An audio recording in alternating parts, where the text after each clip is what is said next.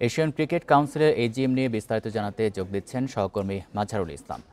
মাঝহার, সব দেশই তো অংশ নিয়েছেন এবারের সভায়, আর এশিয়া কাপ 5 থেকে 21 সেপ্টেম্বরের মধ্যে আরব আমিরাতে হবে, এমন কোনো তথ্য কি জানা আছে আপনার?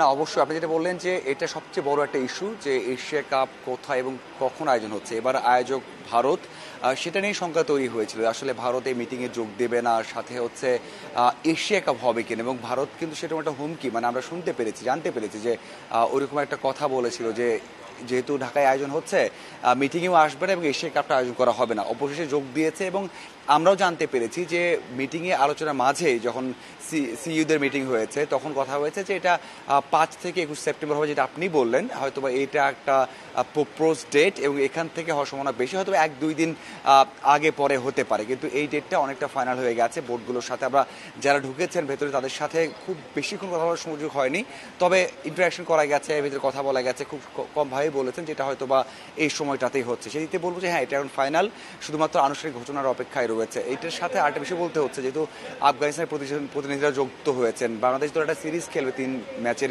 টি-20 সিরিজ, সেটাও অনেকটা ফাইনাল হয়ে গেছে। এশিয়া কাপের পরে সেটাও দুবাইয়ে হবে। এটা যদিও এশিয়া কাপের বা এসিসির কোনো মিটিংয়ের একটা অংশ নয়, তবে এটা একটা বাংলাদেশ ক্রিকেটের আপডেট।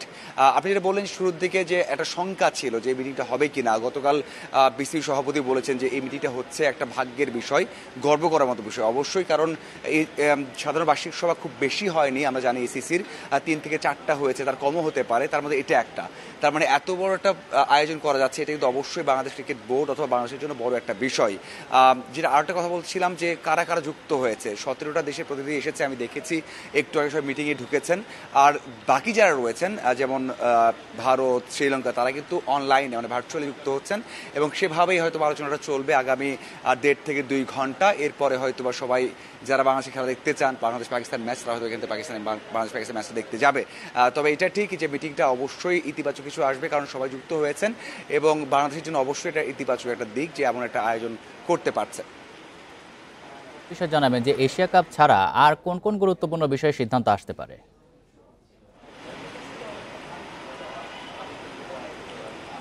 হ্যাঁ, দেখুন, যখন এজিএম হয় মানে কোনো একটা বিসিবি হোক, সংগঠনে হোক, বড় কোনো অর্গানাইজেশনে হোক, সব কিছু মিলিয়ে একটা এজিএম মানে হচ্ছে অনেক কিছু আলোচনা থাকবে, যেমন আয় ব্যয় কী হয়েছে গেল কয়েকটা বছরে, এই সভাপতি বা চেয়ারম্যানের অধীনে কী কাজ করেছে, কী কাজ ভালো করা যেত বা কী কাজ সামনে করা যায়, এশিয়া কাপটা কীভাবে আরও ভালো করা যায়, কটা দেশে অংশ নিচ্ছে বা যে এই সমস্যাগুলো আছে, যে বিভিন্ন সংকট তৈরি হয় মাঝে মাঝেই মানে এশিয়ান ক্রিকেট দলগুলোর মধ্যে, সেই সংকটকে সমাধান করা যায়, সেই সব বিষয় নিয়ে আলোচনা হবে। এছাড়াও কিন্তু এশিয়ান ক্রিকেট কাউন্সিলের কয়েকটা পোস্ট মানে পদ ফাঁকা রয়েছে, হয়তোবা ভাইস প্রেসিডেন্ট পোস্টটাও ফাঁকা রয়েছে, সেই পোস্টগুলোতে কাদেরকে নিয়োগ দেওয়া যেতে পারে, তারা কীরকম অবদান রাখতে পারে, সেই সব বিষয় নিয়েও কিন্তু আলোচনা হবে এবং সেখান থেকেই একটা সিদ্ধান্ত নেওয়া হবে। আমরা হয়তোবা মিটিং শেষে জানতে পারবো যে আসলে সিদ্ধান্ত কী কী আসলো।